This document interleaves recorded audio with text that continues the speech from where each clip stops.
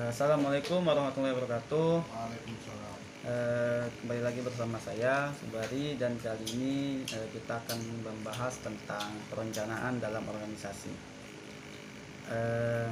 Setiap organisasi melakukan suatu perencanaan dalam setiap kegiatan organisasinya, baik perencanaan produksi, perencanaan rekrutmen karyawan baru, program penjualan produk baru, maupun perencanaan anggarannya.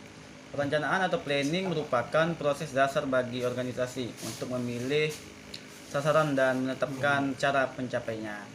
Oleh karena itu, perusahaan harus menetapkan tujuan dan sasaran yang hendak dicapai sebelum melakukan proses-proses perencanaan.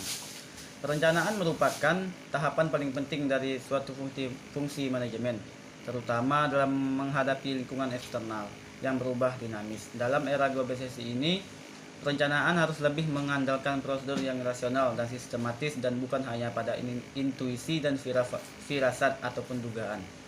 Salah satu maksud dibuat perencanaan adalah melihat program-program yang akan dijalankan untuk meningkatkan kemungkinan tercapainya tujuan-tujuan organisasi di waktu yang akan datang.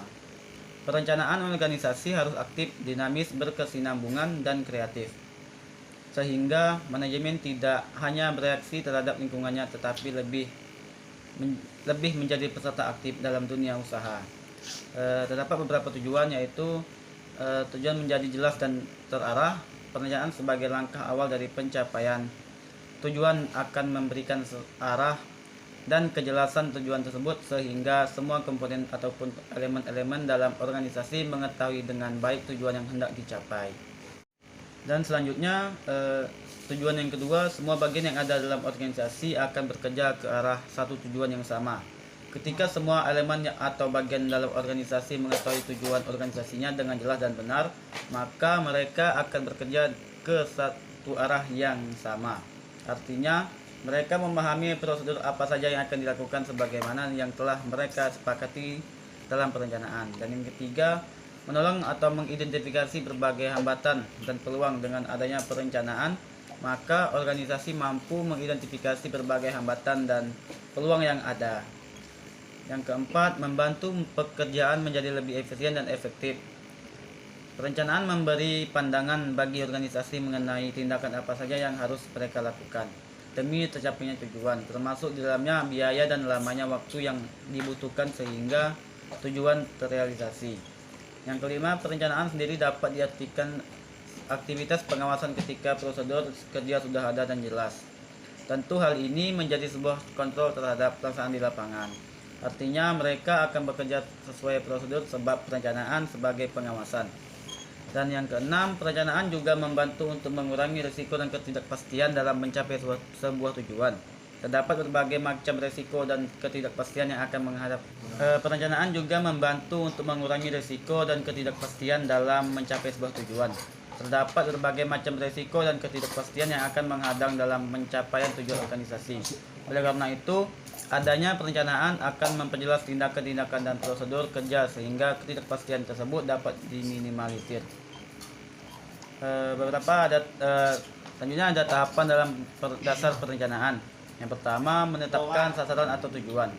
Proses perencanaan dimulai dengan menetapkan sasaran, tujuan atau goals kelompok kerja atau organisasi secara keseluruhan. Karena tanpa menentukan tujuan organisasi, penggunaan sumber daya oleh organisasi akan tidak efektif.